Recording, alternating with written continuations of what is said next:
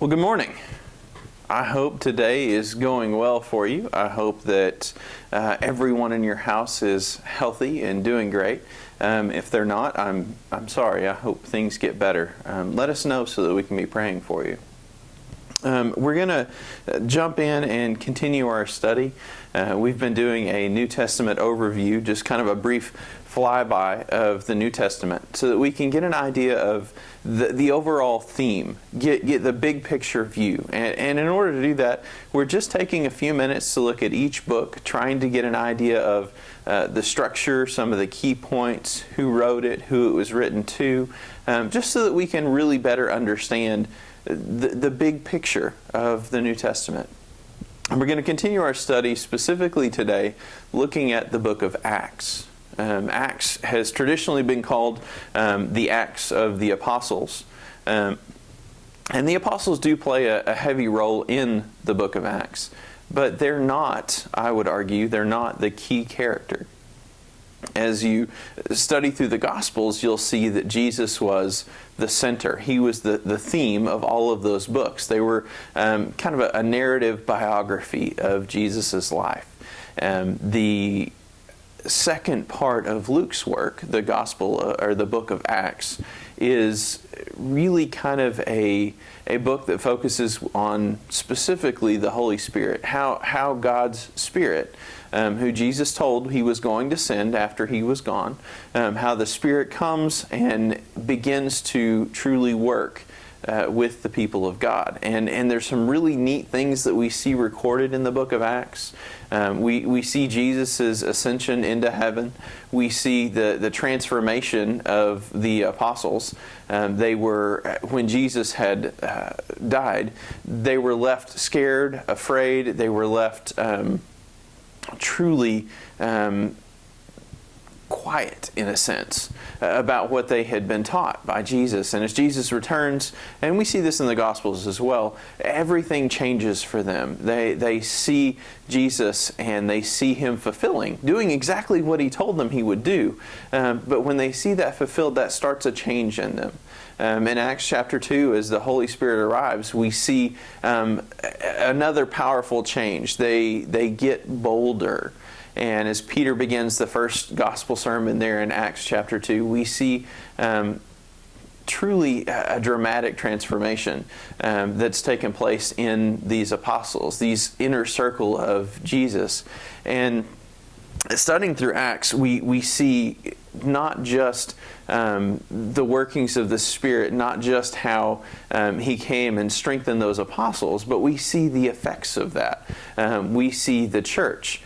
We see it born there in Acts chapter 2, but we see it continue to grow and to spread. And as time goes on, as we continue this historical account, we see the church grow not just in terms of the Jewish people, but it grows so far beyond that.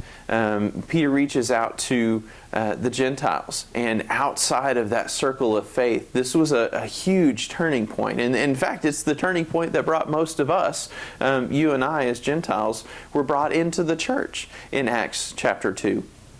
So we see the church grow, we see the kingdom multiply, and we see, as time goes, we see the church being planted throughout the world.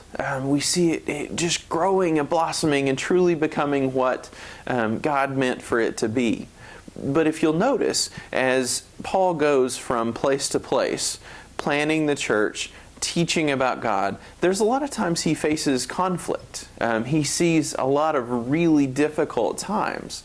But despite that conflict, he continues to maintain this positive attitude. He continues to grow the church all around the world because he doesn't give up. He sees those hard times as merely trials. They're things that are putting his faith to the test. And he's not going to let those trials, those tests, get the better of him. And I think that's something that we can really easily apply to our lives today. Those difficult times that we face, kind of like what's going on in our world now, can truly be a test of our faith. They can test our trust and reliance on God. Lots of things that you can take out of the book of Acts. But again, it's a historical book. It was written by Luke the physician to tell the story of not just the beginnings of the church, but how the church grew and spread to become what we see it as today. So I hope that you can take that to heart. I hope that you can gain this understanding of Acts. I want to begin to wrap up by looking at a text in Acts chapter 2. And I've referenced that a lot. Acts chapter 2 is one of the key chapters. It's a key turning point in the story of the church. But in Acts chapter 2, in verse 42, we see kind of a characteristic of the church that's meant to be a defining characteristic, something that's going to help us as church members, it's going to help us as individual Christians continue to be what we were meant to be as a church body. So Acts chapter 2 verse 42 says, "And they devoted themselves to the apostles' teaching and the fellowship, to the breaking of bread and the prayers. And awe came upon every soul, and many wonders and signs were being done through the apostles. And all who believed were together and had all things in common. And they were selling their possessions and belongings and distributing the proceeds to all as any had need. And day by day, attending the temple together and breaking bread in their homes, they received their food with glad and generous hearts, praising God and having favor with all the people. And the Lord added to their number day by day those who were being saved." You see, in this text, this short paragraph, we see something that's meant to be a defining characteristic. It's easy to focus, especially with what's going on in our society today. It's easy to focus on how they spent this time together. They were constantly together, whether that be in their homes enjoying meals, whether that be in the synagogues or in their churches, gathering together. They spent time praying together, and that's something that's certainly a defining characteristic of the church. We spend time together. Now we can't spend time together physically. This is a short time. It will pass. And we can get back to that. But if you read between the lines, there was something much bigger than just spending that time together. As you read through this, you see that they cared about one another. One of the key things, as we're looking at the overarching picture of the New Testament, one of the key things that you're going to see is that this defining characteristic of Christians is to be love. We're to have love for one another, love within the church, but also love outside of that church. It's something that's going to be visible if we're truly being the church of the New Testament. If we're being the church that we read about here, then people are going to see that. They're going to take notice. The text says right here specifically that they were praising God and having favor with all the people. People noticed how the church was acting. People noticed the way they were taking care of one another.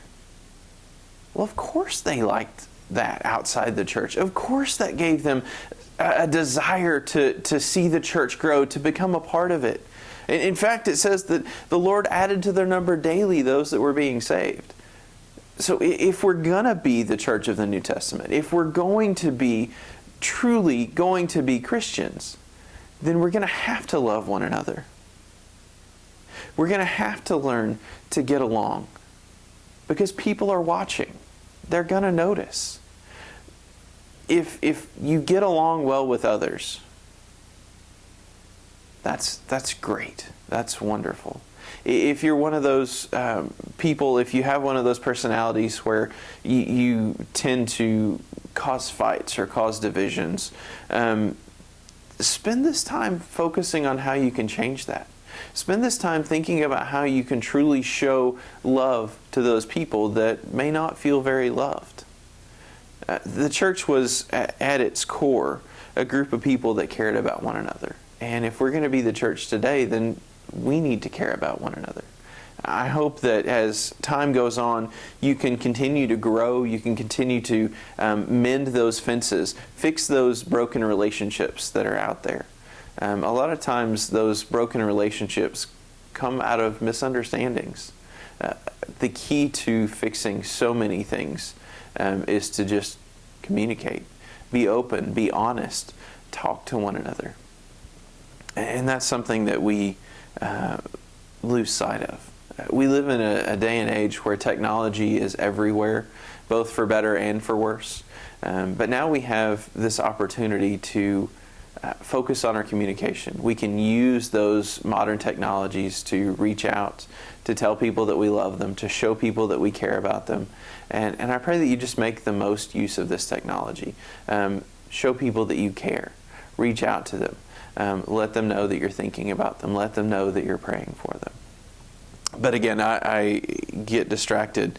I just want to focus on the overall message of the New Testament, and it's very clearly a message of love and a message of unity. In fact, if you look back at Jesus' life, he was a truly a person seeking unity. One of his last prayers, as he was there in the garden, knowing that his time was drawing to a close, one of the last things that he prays for us, for you and me, he prays that the believers may be one, as he and his Father are one. I hope today you can say that you are a person that seeks unity. And if you're not seeking that unity, I hope that you see a desire to change. Just truly read through the New Testament. You can't miss how important it is for us to love one another and seek unity above division. But that's all the time we have for today. I hope that you can take some time over the next week or so and study the book of Acts. I think that you'll find lots of good and applicable things today. But I just pray that you, above all, notice that unity. Notice that love that existed between one another in the church. Again, thank you very much for your time, and I hope you have a great rest of your day.